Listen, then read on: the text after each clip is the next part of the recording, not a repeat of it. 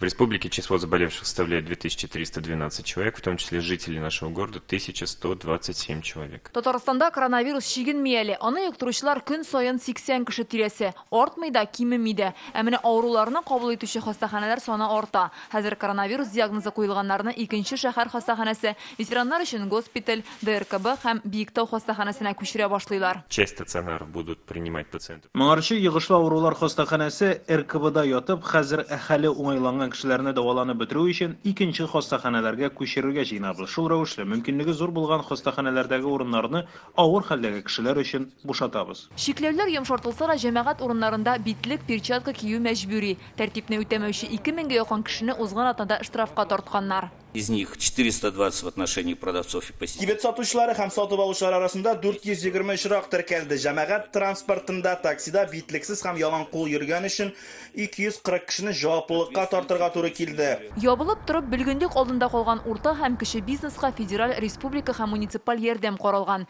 Бу кредитны реструктуризацияләү, май азагына кадәр салым тикшерүләрен бетерү, бер кварталга салымны түләми тору, ташламалы кредит бирү буенча шәһәр программасы, муниципаль милек өчен аренданы түләми тору кебек дистәгә якын чара.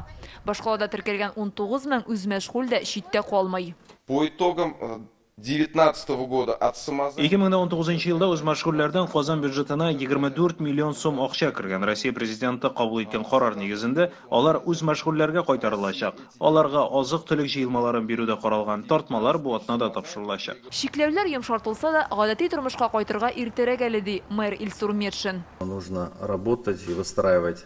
Хәзер безгә бизнес, мәктәп, предприятиеләр эшчәнлеген яңа форматта оештырасы була. Без аны никадәр тизрәк эшләсәк, нәтиҗәсе дә шул кадәр яхшырак булачак. Казанның парк скверлары ачык. Анда дистанцияны саклап, саклык чараларын үтәп йөргә генә рөхсәт ителә. Ә ишек алларындагы балалар майданчыкларында уйнау әлегә тыела.